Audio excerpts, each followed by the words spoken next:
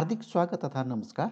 Art of teaching YouTube च्यानलमा म विदुर हरि आचार्य शिक्षक सेवा आयोगको विभिन्न तहको परीक्षाको अध्ययन सामग्री प्रस्तुत गर्ने क्रममा आजको यस सामग्रीमा प्राथमिक, निम्न माध्यमिक र माध्यमिक तह द्वितीय र प्रथम श्रेणीको 25% आन्तरिक प्रतियोगितात्मक परीक्षाको पाठ्यक्रमका लागि तथा खुला प्रतियोगितात्मक परीक्षाका लागि समेत उपयोगी सामग्री राष्ट्रिय शिक्षा पद्धतिको योजना अर्थात् नयाँ शिक्षा योजनाको बारेमा बुदागत रूपमा महत्त्वपूर्ण सामग्री प्रस्तुत गर्न गइरहेको छु। यस सामग्रीलाई अन्तिमसम्म हेरी नयाँ शिक्षा योजनाको बारेमा जानकारी लिनुहुन र यस सामग्रीको लगत्तै यसै अध्ययन सामग्रीमा आधारित बहुवैकल्पिक प्रश्नहरू समेत प्रस्तुत गर्नेछु।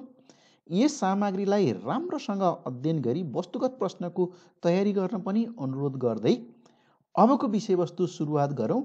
राष्ट्रिय शिक्षा पद्धतिको योजना 2028 सम्बन्धी महत्त्वपूर्ण बुदागत रूपमा तयार पारिएको अध्ययन सामग्री। यो अध्ययन सामग्री नेपाल सरकार शिक्षा विज्ञान तथा प्रविधि मन्त्रालयद्वारा प्रकाशन गरिएको राष्ट्रिय शिक्षा पद्धतिको योजना 2028 को प्रतिवेदनमा रहेको नयाँ शिक्षा योजना संक्षिप्तमा भन्ने खण्डबाट लिएर तयार पारिएको छ, जस अनुसार राष्ट्रिय शिक्षा पद्धतिको योजनालाई 20वटा बुँदामा यसका महत्त्वपूर्ण बुँदाहरू प्रस्तुत गरिएको छ।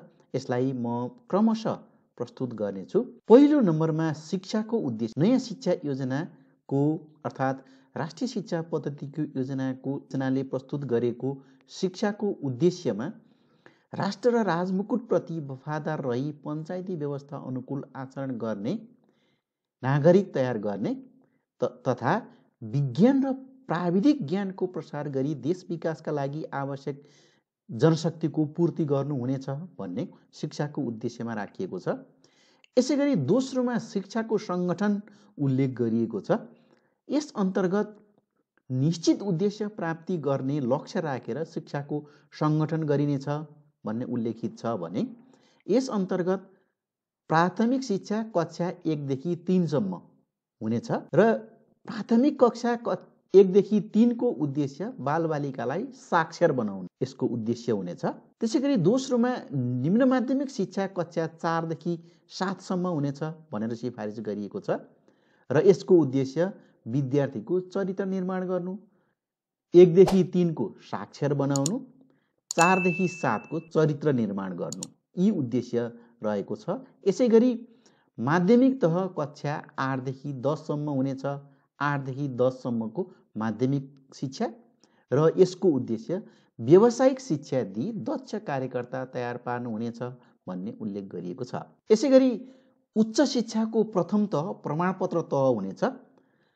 यसको उद्देश्य निम्न तहको प्राविधिक जनशक्ति तालिम गर्नुहुनेछ अर्थात् निम्न तहको प्राविधिक जनशक्ति उत्पादन गर्नुहुनेछ र उच्च शिक्षाको दोस्रो तह डिप्लोमा हुनेछ भन्ने उल्लेख गरिएको छ र यसको उद्देश्य मध्यम स्तरीय जनशक्ति तालिम गर्नुहुनेछ, मध्यम स्तरीय जनशक्तिलाई तालिम गर्नुहुनेछ भन्ने उल्लेख गरिएको छ।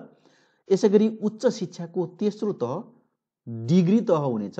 यसको उद्देश्य स्तरीय जनशक्ति तयार पार्नु हुनेछ भन्ने उल्लेख गरिएको छ। तेस्रोमा प्राथमिक शिक्षा सम्बन्धी उल्लेख गरिएको छ।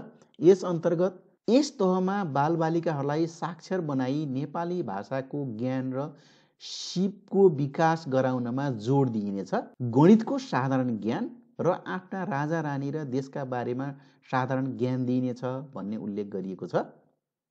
यसैगरी प्राथमिक शिक्षा अन्तर्गत देशका 6 देखि 8 वर्ष उमेरका बालबालिकाको जनसङ्ख्या मध्ये आगामी 5 वर्षमा 64% प्राथमिक शिक्षाको सहुलियत प्रदान गरिनेछ भन्ने सिफारिस गरिएको छ।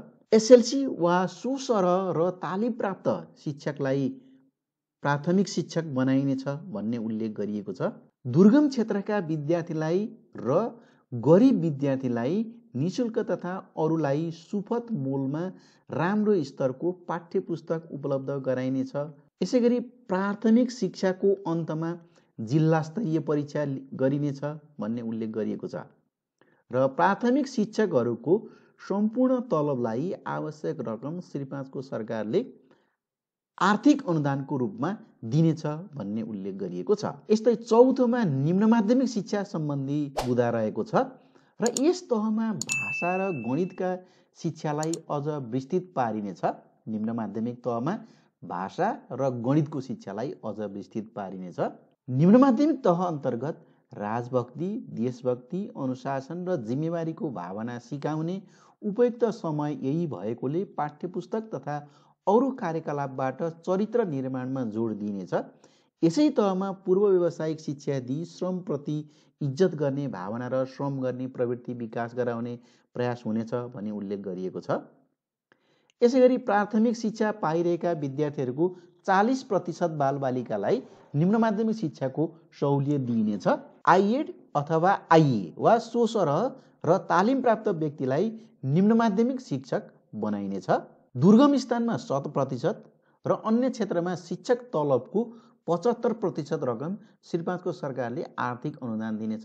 निम्न माध्यमिक तहका लागि 75% रकम श्री 5 को सरकारले आर्थिक अनुदान दिनेछ भन्ने व्यवस्था गरिएको छ भने प्राथमिक तहका लागि 100% भन्ने उल्लेख गरिएको छ। यसैगरी निम्न माध्यमिक शिक्षाको अन्तमा अञ्चल स्तरीय परीक्षा हुनेछ। प्राथमिक तहको अन्त्यमा जिल्ला स्तरीय र निम्न माध्यमिक तहको अन्त्यमा अञ्चल स्तरीय परीक्षा हुनेछ भन्ने सिफारिस गरिएको छ। यसैगरी 5औं बुँदामा माध्यमिक शिक्षा रहेको छ। यस अन्तर्गत माध्यमिक तहमा सबैले व्यावसायिक ज्ञान हासिल गर्नु अनिवार्य हुनेछ। माध्यमिक शिक्षाबाट दक्ष कार्यकर्ता तयार गर्ने लक्ष्य राखिनेछ। माध्यमिक विद्यालयहरू 3 प्रकारका हुनेछन्। यस अन्तर्गत पहिलो चाहिँ साधारण माध्यमिक विद्यालय। यसमा साधारण शिक्षाका विषयहरूमा 80% र व्यावसायिकमा 20% ज्ञान दिइनेछ। साधारण माध्यमिक विद्यालयको दोस्रो प्रकार मध्ये अर्थात् खमा व्यावसायिक माध्यमिक विद्यालय रहेको छ र व्यावसायिक माध्यमिक विद्यालयमा 30 देखि 40% सम्म व्यावसायिक शिक्षा सिकाइनेछ र साधारण शिक्षामा कम जोड दिइनेछ।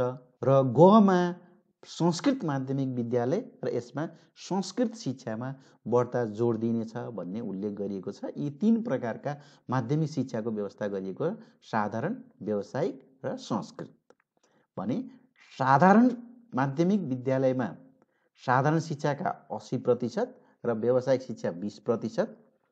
व्यावसायिक माध्यमिक विद्यालयमा 30 देखि 40% सम्म व्यावसायिक शिक्षा र साधारण शिक्षामा कम जोड दिने र संस्कृत माध्यमिक विद्यालयमा चाहिँ संस्कृत शिक्षामा बढ्ता जोड दिइनेछ।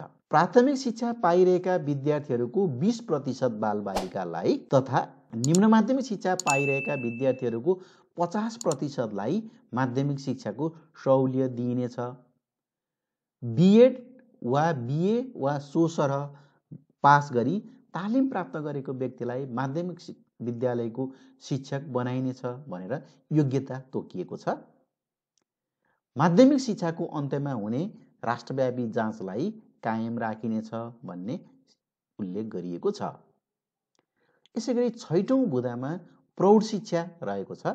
यस अन्तर्गत प्रौढ शिक्षा 2 प्रकारका हुनेछन्। पहिलो साक्षरता फैलाउने, दोस्रो कार्यमूलक प्रौढ। प्रौढ शिक्षा 2 प्रकारका हुनेछन् भने सिफारिस गरिएको छ। यस अन्तर्गत साक्षरता फैलाउने र कार्यमूलक प्रौढ शिक्षा यी 2 प्रकारका प्रौढ शिक्षा रहेका छन्। श्री 5 को सरकारले कार्यमूलक प्रौढ शिक्षा चलाउनमा जोड दिनेछ र साक्षरता कार्यक्रम वर्गीय सङ्गठन तथा स्थानीय पञ्चायतहरू मार्फत संयुक्त जवाफदेहीमा चलाइनेछ। यसैगरी 7औं बुँदामा उच्च शिक्षा सम्बन्धी उल्लेख गरिएको छ। उच्च शिक्षा अन्तर्गत सम्पूर्ण देशको विकासका लागि आवश्यक जनशक्तिको अनुमान गरी जनशक्तिको आवश्यकता अनुसार उच्च शिक्षाको कार्य पूरा व्यवस्था गर्ने हुनेछ। उच्च शिक्षामा पढाइको उच्च स्तर कायम गर्ने लक्ष्य राखिनेछ। विश्वविद्यालयबाट उच्च शिक्षाको निम्ति छुट्टै प्रवेश परीक्षाको व्यवस्था हुनेछ। उच्च शिक्षाको निमित्त छुट्टै प्रवेश परीक्षाको व्यवस्था हुनेछ। उच्च शिक्षाको व्यवस्थाका लागि विश्वविद्यालय अन्तर्गत प्रत्येक विद्यालयमा इन्स्टिच्युटहरू गठन हुनेछन्।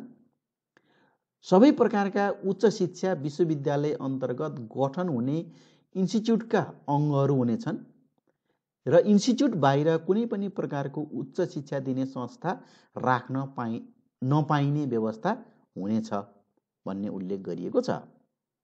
यसैगरी उच्च शिक्षा अन्तर्गत नै उच्च शिक्षामा 6 महिनाको सेमेस्टर प्रथा लागू हुनेछ र प्रत्येक सेमेस्टरमा जाँच गर्ने व्यवस्था हुनेछ। निम्न स्तरीय प्राविधिकहरूले उच्च तहको प्राविधिक हुन चाहेमा उच्च तहका प्राविधिक शिक्षण संस्थाहरूले भर्ना गर्दा लिने परीक्षा पास गर्न सकेमा उच्च प्राविधिक शिक्षा उपलब्ध गर्ने मौका दिइनेछ।